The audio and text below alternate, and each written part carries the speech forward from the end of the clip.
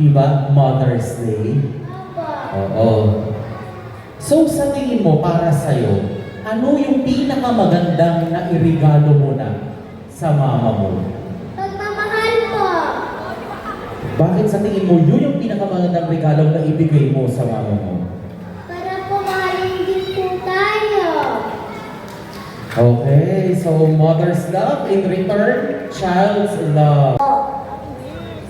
Okay, through flowers daw na-express niya ang pagmamahal niya kay Mother Dear. Ano yung pinakamagandang regalo na naibigay mo na kay mama mo?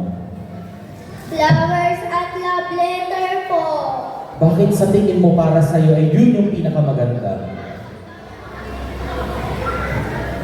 Kasi po ayun lang po yung nakaya ko. Okay, totoo nga naman. At a very young age, at least, she exerted an effort makapag-produce ng flower. Diba Mother's Day? Opo.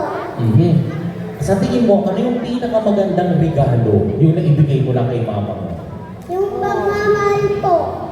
Bakit sa tingin mo yun ang pinakamagandang regalo? Kasi po inalagaan niyo po kaming mabuti. Okay, so naipakikita daw niya yung pagmamahal niya kay mama niya sa pag-aaral niya ng mabuti. Totoo nga naman, di ba? Magastos magpaaral.